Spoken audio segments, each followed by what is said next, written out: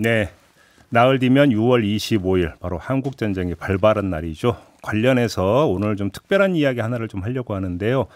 한국전쟁 당시에 억울하게 학살된 민간인들의 유해를 찾는 사람들의 모습을 담은 다큐멘터리 영화 206 사라지지 않는, 이것이 오늘 개봉을 한다고 합니다.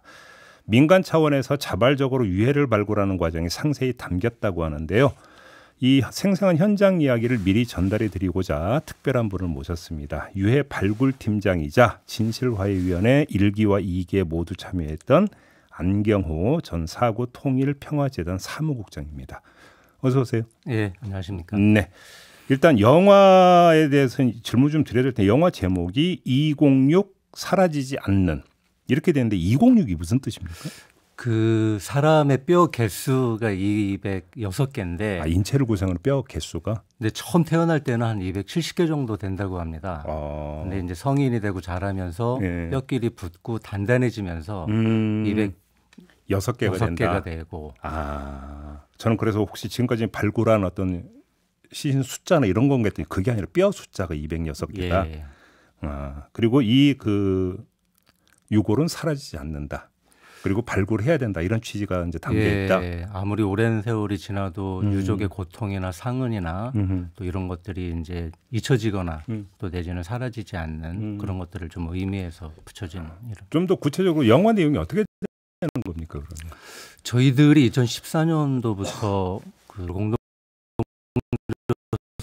공동조사단을 설립을 했는데 초중고 나이나 직업이나 또 사는 곳이 다른 이런 시민들이 전문가들하고 힘을 합쳐서 전국의 유해 매장지를 찾아다니면서 1년에 한 곳 내지 두 곳 정도를 직접적으로 발굴하고 세척도 하고 감식 작업에도 참여한, 어떻게 보면은 국가가 해야 되는 일인데, 그렇죠. 국가가 자기 책임을 다하지 않은 가운데 시민들이 나서서 유해 발굴의 길을 열은 시민 발굴단의 보고서라고 불릴 수 있는 영화라고 생각을 합니다. 그러면 이 유해 발굴단의 그 활동 결과 확인된 사건 내지 그 찾은 희생자들은 어느 정도가 되는 겁니까? 그 일기위원회가 2005년 12월에 설립이 돼서 2010년 말까지 활동을 했는데 이 기간 동안에 이제 용역 조사를 통해서 전국에 한 168개 지점에 유해가 매장됐다는 것을 확인했습니다.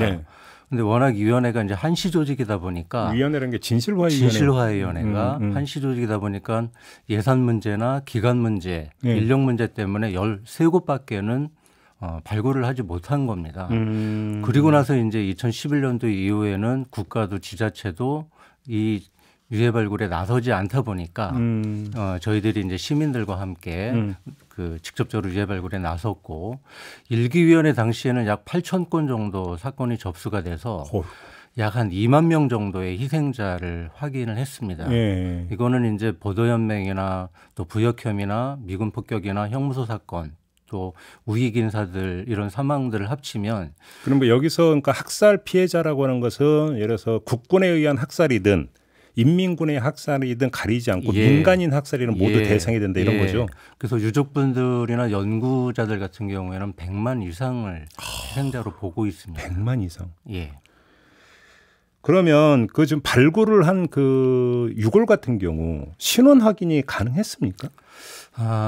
저희 영화에도 소개되어 있는 아산, 설화산 같은 경우에는 산 중턱에서 저희들이 가로 세로 6.5 또 4m 안에 한 208분을 저희들이 발굴을 했습니다.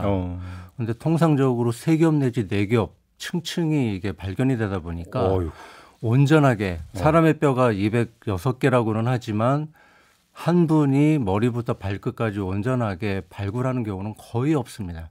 그렇다 보니까는 이를테면 몇 분이 희생됐는지조차도 이제 허벅지뼈를 개체수를 쉬어서 대략 희생자가 몇 분 정도겠구나 이렇게 이제 추정하는 거고, 저희들이 한 15차례 정도 발굴을 하면서 DNA 그 유전자 감식도 했지만 실제적으로 유족도 다수고 또 유해 개체수나 이런 것도 많다 보니까 현실적으로 확인된 분은 딱 한 분밖에 없었습니다. 그러니까 신원이 확인된 분. 예.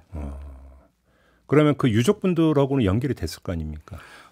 저희들이 이제 유품 중에 그 그 의안이라든가 뭐 라이터 유품, 그다음에 도장이라든가 이런 것들이 발견이 돼서 그 매장지에서 학살이 됐다라고 하는 분들의 유족을 찾아가서 직접적으로 또 이제 구강세포라든가 또 뼈의 DNA를 추출을 해서 이제 비교 검색을 해봤는데 세종 연기군의 비성골의 유족분 한 분만 유일하게 찾은 케이스고. 아, 유족 반응이 어땠어요? 어머님을 오래전에 돌아가셔서 이제 모셨는데 네. 70년 만에 이 아버지의 뼈를 찾았는데도 허벅지 뼈 하나. 아버지였어요. 예. 유족의 아버지 그 유골을 찾은 예, 거예요. 예. 그래서 이 아버님을 어머님이 계신 곳에 함께 모셨다고. 합장을 했다고. 예. 아, 그렇구나. 그런데 지금 유해 발굴 날은 말 그대로 순수 민간 차원인 거죠. 그렇습니다. 그러면 발굴하는데 상당히 그 애로가 있을 것 같은데, 예를 들어서 그 매장지가 뭐 그 사유지일 수도 있고, 그러면 땅 주인 허락 없이는 그 발굴도 안 될 거고, 어떤 식으로 그럼 난관을 해쳐왔던 거예요? 그래서 이게 앞서 말씀드렸듯이 일기위원회 때 예. 전국의 유해 매장지 실태 용역 조사를 통해서 168개 지점이 확보가 됐고, 그다음에 저희들이 이제 1년에 한 번 하다 보니까 유해가 직접적으로 있는 지역에 한해서 이제 발굴을 하게 됩니다. 그래서 말씀하신 대로 사유지나 이런 것들이 있으면 토지 사용 승낙을 받고, 예. 국가 소유나 지자체 소유인 경우에는 또 국가 승인도 받고 이렇게 해서. 정부는 좀 협조를 해 줬습니까? 그때 당시에는 어쨌든 토지 사용 정도기 때문에 저희들이 유해 발굴 이후에는 복구 작업까지도 완벽하게 해서 네.